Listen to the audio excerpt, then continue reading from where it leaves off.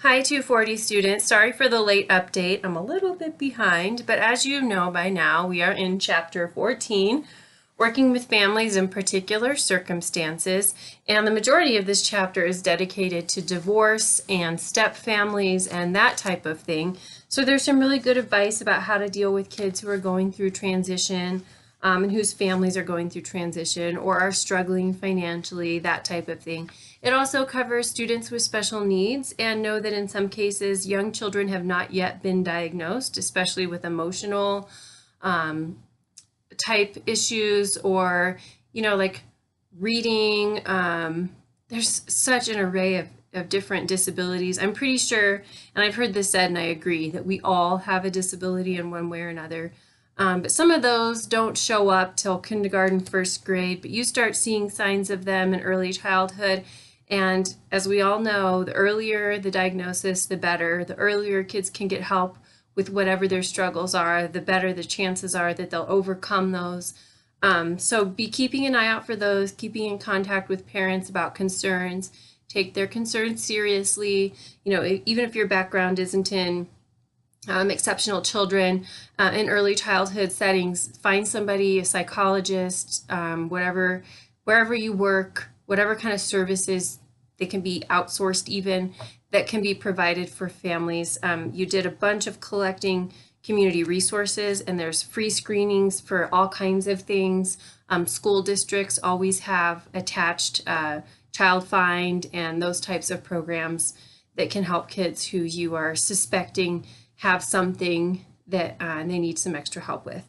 And then it goes into working with infants. That can be a challenging group, not because they're infants, but because the parents of infants can have a really hard time. I remember when my babies were young, having to leave them anywhere was just torture. And I was a teacher, so I knew how good it was for them to be with other people and to bond with other people, but it's still hard. So this chapter is good about talking about the teacher's role, possible legal repercussions and considerations you may not have considered.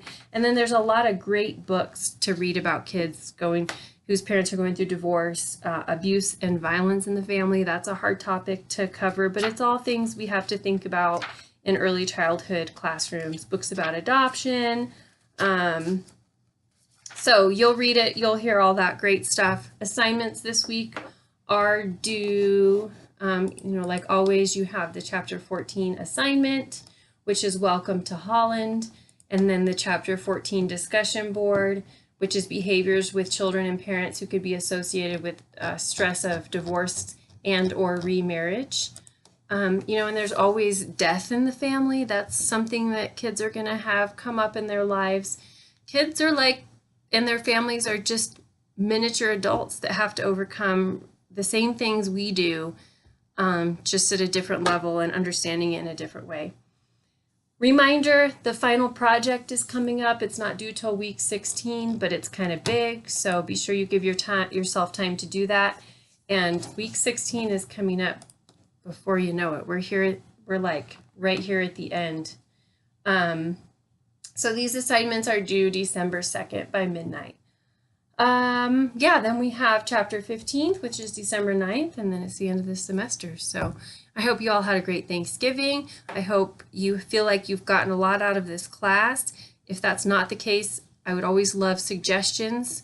And you'll see posted underneath this video a link for course surveys. These are just the college-generated course surveys, which don't give us a ton of information. So if there's something specifically you can think regarding a specific assignment or the content overall that could make this course better, I would love to hear it. It won't affect your grade, I promise. So let me know between now and the end of the semester if you think of something that I can improve on. Otherwise, I'll check back in next week. And then after next week, it's pretty much just grading everything and making sure that you know what your final grade is before it's actually posted. So have a wonderful week, and I'll see you soon.